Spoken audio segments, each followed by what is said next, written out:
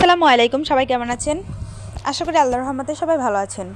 তো সেদিনকে সবাই মিলে একটু মোগলাইয়ের দোকানে গিয়েছি মোগলাই খেতে। পরে দেখি মোগলাইয়ের দোকানের পরিবেশটা সেরকম ভালো না, তাই আর মোগলাই খাওয়া হয়নি।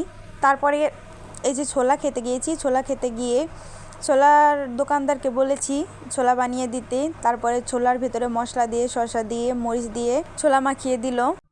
ঝাল দিতে বলেছি, তাই মামা আবার অনেকগুলো মরিচ দিয়ে দিয়েছে। ছোলাটা ভালোই লেগেছিল।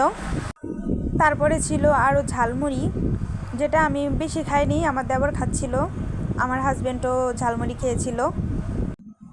তারপরে ছিল পেঁয়াজু, পেঁয়াজু খাচ্ছিল আমার জামাই। তারপরে ছিল আরও লাচ্ছি, লাচ্ছিটা ভালোই হয়েছিল, মজা হয়েছিল। তারপরে ছিল ডিম।